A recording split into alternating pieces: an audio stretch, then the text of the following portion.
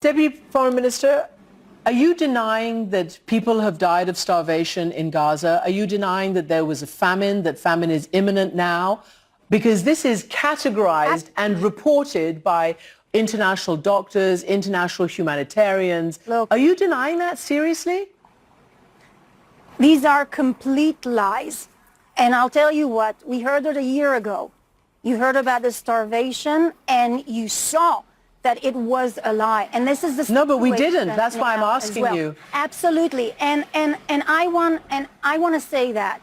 Look, I know that there's a lot of reporters who prefer their information and their data coming from a terrorist organization like Hamas, who is using it as a tool to try and stop us from, from fighting this terrorist organization.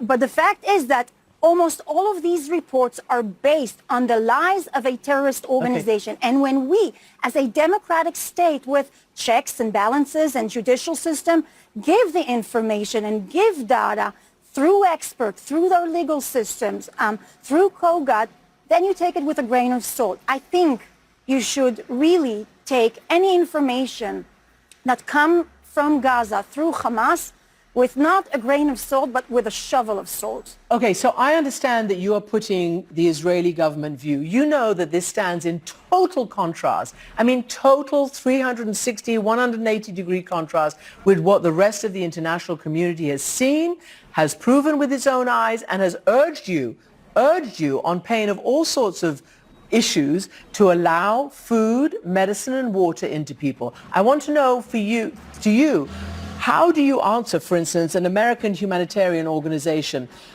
basically the American Nearest Refugee Aid, says, Israel's blockade and the deliberate delays... No, listen for a second. You've had your speech. The deliberate delays, denials, and excessive security procedures that surround it is not just a failure of logistics. It's an engineered system of deprivation.